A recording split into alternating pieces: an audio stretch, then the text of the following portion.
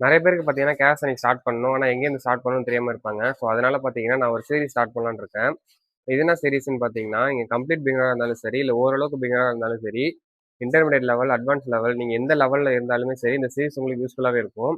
இந்த சீரிஸ்ல சும்மா ஸ்கில்லுக்கான டுட்டோரியல் மட்டும் சொல்லாம, கேலிஸ்தெனிக் நம்ம ஃபர்ஸ்ட்லேருந்து பேசிக்லேருந்து ஸ்டார்ட் பண்ணா, எப்படி நம்ம ஸ்டெப் பை ஸ்டெப்பா ப்ராக்ரஸ் பண்ணுவோன்றத பார்த்தீங்கன்னா, ஒரு ஒரு ரீல்லயும் பார்த்தீங்கன்னா, நான் ஸ்டெப் பை ஸ்டெப்பா எக்ஸ்பிளைன் பண்ணலான்னு இருக்கேன்.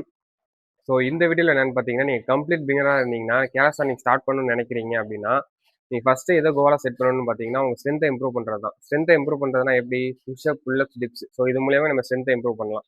அதில் நம்ம எப்படி டார்கெட் வைக்கணும்னு பார்த்தீங்கன்னா, இப்போ புஷ்அப்ஸ் எடுத்துக்கிட்டிங்கன்னா 20 கவுண்ட், புல்அப்ஸ் எடுத்துக்கிட்டிங்கன்னா 10 கவுண்ட், டிப்ஸ் எடுத்துக்கிட்டீங்கன்னா 10 கவுண்ட்.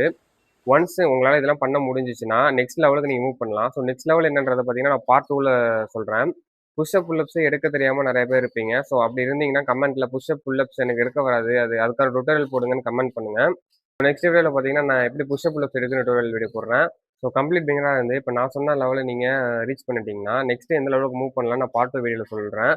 ஸோ இந்த மாதிரி யூஸ்ஃபுல்லான கேஷ் அண்ட் டிப்ஸ் போடுறேன். என் பேஜை ஃபாலோ பண்ணி வச்சுக்கோங்க. So see you next video guys.